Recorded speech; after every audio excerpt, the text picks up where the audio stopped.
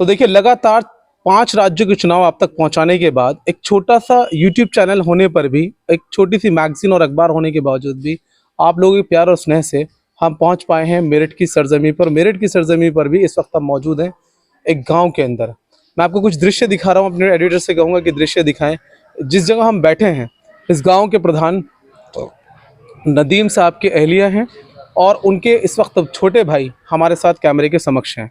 उनसे बातचीत करेंगे क्योंकि कहीं ना कहीं प्रधान जी के सहयोग में निरंतर बने रहते हैं, जनता के बीच में बने रहते हैं।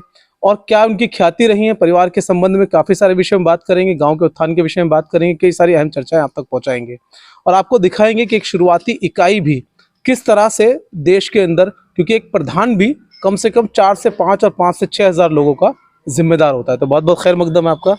आपका पूरा नाम क्या हो? मेरा नाम मोहम्मद सलीम है, गांव खजूरी अलियारपुर, तहसील मवाना, जिला मेरठ।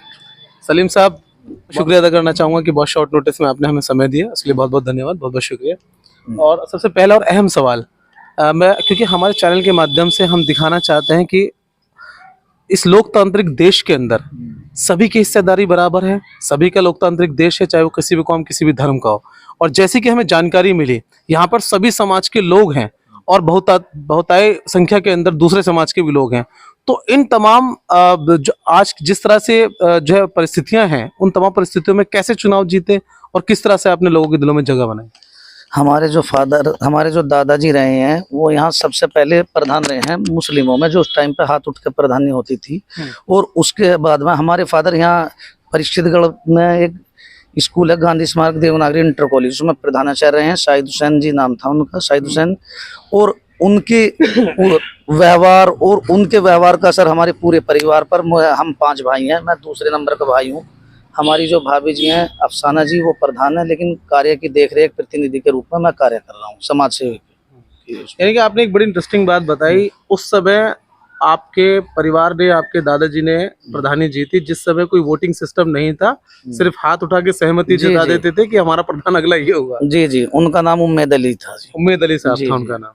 चलिए, बहुत अच्छी बात है। अच्छा, मेरा एक अहम सवाल ये था कि जैसे आज बताते हैं कि यहाँ पर सभी समुदाय के और खुसूसन जो है हमारे त्यागी समाज के भाई काफ़ी हैं, तो ऐसे समय में जहाँ पर अगर हम कहें, जिसको आज एक नया नाम दे दिया गया है कि गोदी मीडिया कहीं ना कहीं धर्म के नाम पर, जातियों के नाम पर देश के अंदर जो है वो बंटवारे का काम कर रही है, नए नए ख्यातियाँ निकाल कर, तो ऐसे में आप एक मुस्लिम समाज से होकर आपने दूसरे समाज के दिल में कैसे जगह बनाई? वो क्या कार्य रहे आपके, वो कैसा सौहार्द रहा? ये हमारे दादाजी का, फादर जी का व्यवहार और हमारा त्यागी समाज यहाँ और मुस्लिम समाज बराबर है। लेकिन लगभग त्यागी और दलित समाज के लोगों ने हमें 800 के लगभग वोट दी हैं। अच्छा। और हमारे यहाँ गांव में ना रहते हुए भी जब भी हमें एक तरफा चुनाव जीता, यानी कि एक निर्णायक वोट आपको दी। और जिला मेरठ में, मैं जिले की कह रहा हूँ, मुझे जानकारी नहीं, लेकिन पूरे ब्लॉक की तो ये कह रहा हूँ, जिला मेरठ में इतनी वोटों से कोई नहीं जीता। 849 वोटों से हम चुनाव जीते हैं। अच्छा, यानी कि जीत की जो वोट थी वही सब एक तरफा डाल दी थी उन्होंने। जी जी जी। तो 3400 पोलिंग हुआ, 3400 का पोलिंग हुआ और 3400 में 1816 वोट हमें मिली है।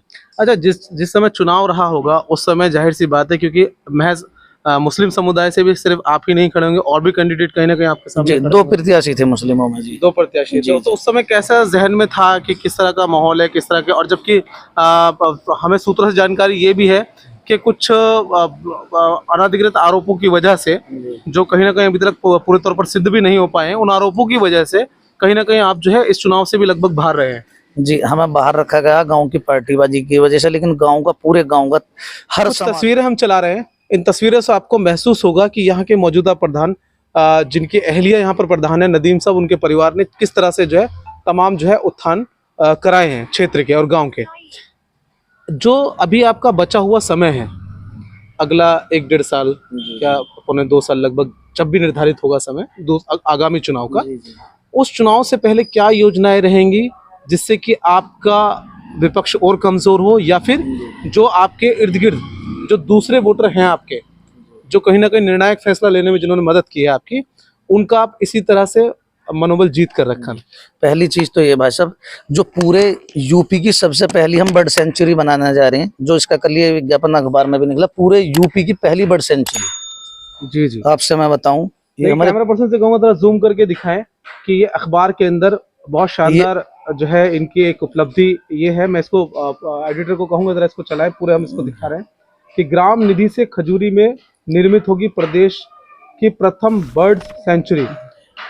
ये तो बहुत बड़ा काम हो जाएगा, बहुत ज्यादा बड़ा काम, क्योंकि आज जितने भी टावर, नेटवर्क और तमाम पॉल्यूशंस की वजह से बहुत सारी प्रजातियां ही खत्म हो गई हैं चिड़िया की। और मैंने खुद वर्ल्ड वाइल्ड लाइफ पर एक बहुत बड़ा प्रोग्राम किया था, तो मुझे बहुत अच्छे से जानकारी है इससे।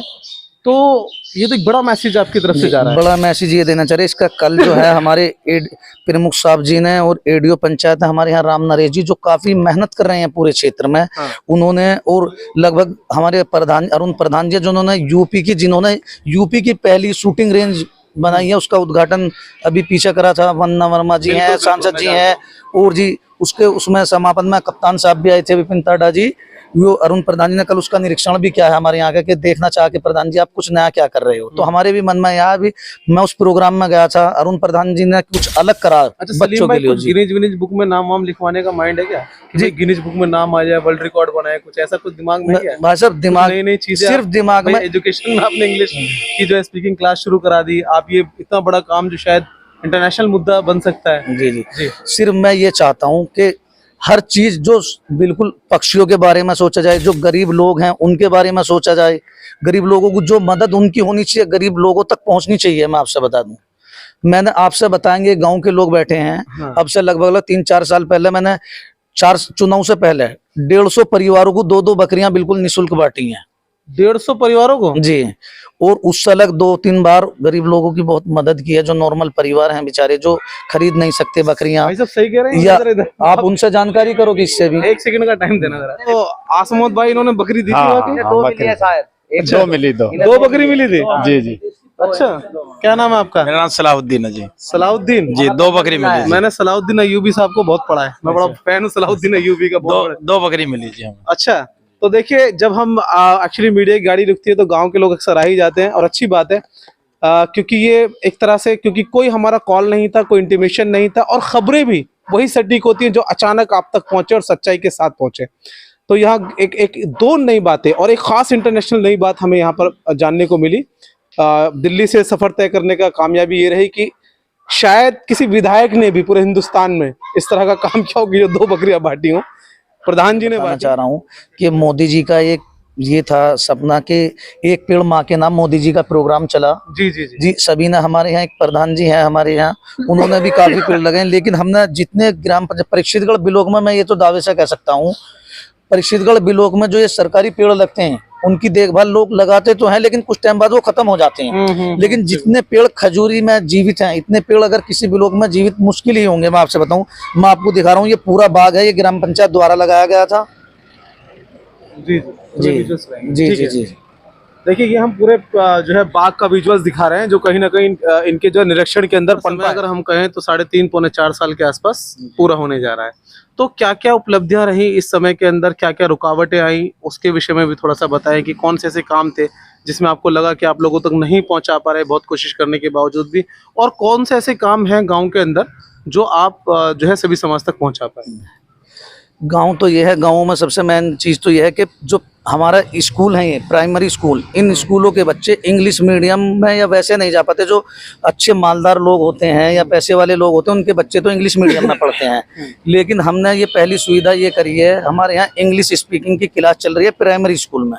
छुट्टी के बाद से मैडम एक्स्ट्रा अलग से 1 घंटा लगाते हैं, और पूरी क्लास आप जाकर देखेंगे तो बहुत ही अच्छी डेवलपमेंट हुआ है उस क्लास का। वो पूरा मतलब लगभग उसमें 2.5-3 लाख रुपए का खर्चा है। ऑन बिल्कुल ये यानी कि ऑनलाइन क्लास चलती है इंग्लिश स्पीकिंग की। अच्छा, गांव में? जी। देखिए एक बड़ी खबर निकल कर आई है, मैं समझता हूं कि इस खबर को अगर आप लगातार शेयर करेंगे तो उत्तर प्रदेश के उन गांवों के अंदर, जिन गांवों के प्रधानों की और गांवों की हालत हमने आप तक पहुंचाई है, कि जहां पर तमाम गवर्नमेंट की सुविधाएं होने के बावजूद भी बच्चों की पढ़ाई की जर्जर हालत है, उनकी पढ़ाई की दुर्दशा बहुत ज़्यादा ख़राब है। यहाँ पर एक नई बात सीखने को और समझने को ये मिलती है कि कहीं ना कहीं गांव में होने के बावजूद प्राइमरी स्कूल के अंदर ही अगर प्रधान या मेंबर या क्षेत्र के जो भी प्रतिनिधि नेता हैं, यदि वो सचेत हों तो गाँवों के अंदर भी महज केजरीवाल बनाए जा सकते हैं, गाँवों के अंदर भी अच्छे स्कूल बनाए जा सकते हैं।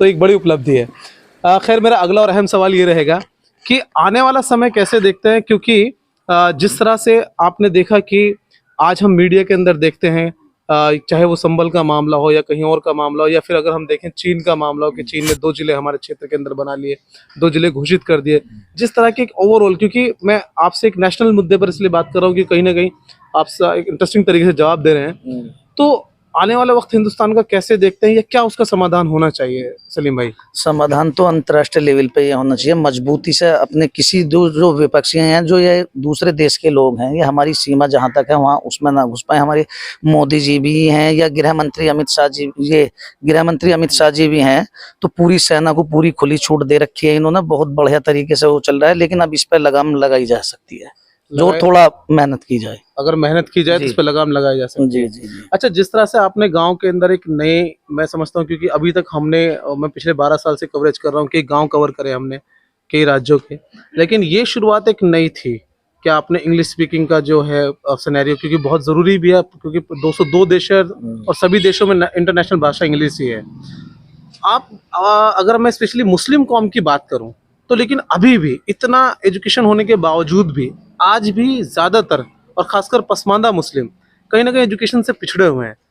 एक ओवरऑल लेवल पर क्या करना चाहिए, क्या होना चाहिए, किस तरह की व्यवस्थाएं बननी चाहिए जो एक मुस्लिम समाज जो है वो कहीं ना कहीं और दूसरे समाजों में एजुकेशन में बराबरी में आए? हमें अपने बच्चों को अच्छे से अच्छे पढ़ाई की व्यवस्था करनी चाहिए, उन्हें अच्छे संस्कार देने चाहिए, और जब अच्छे स्कूलों में पढ़ेंगे और अच्छी व्यवस्था रहेगी तो कुछ ना कुछ आगे जरूर बढ़ेंगे। यानी कि बच्चों को पढ़ाया जाए, ज़्यादा से ज़्यादा डॉक्टर, इंजीनियर या ये बनाए जाएं, तो जब भी समाज में आगे बढ़ पाएंगे। अभी हाल ही में खबर आई थी कि पेन के ऊपर 18% जीएसटी है, पेन खरीदने पर 18% जीएसटी है और सोने पे महज 3% जीएसटी है।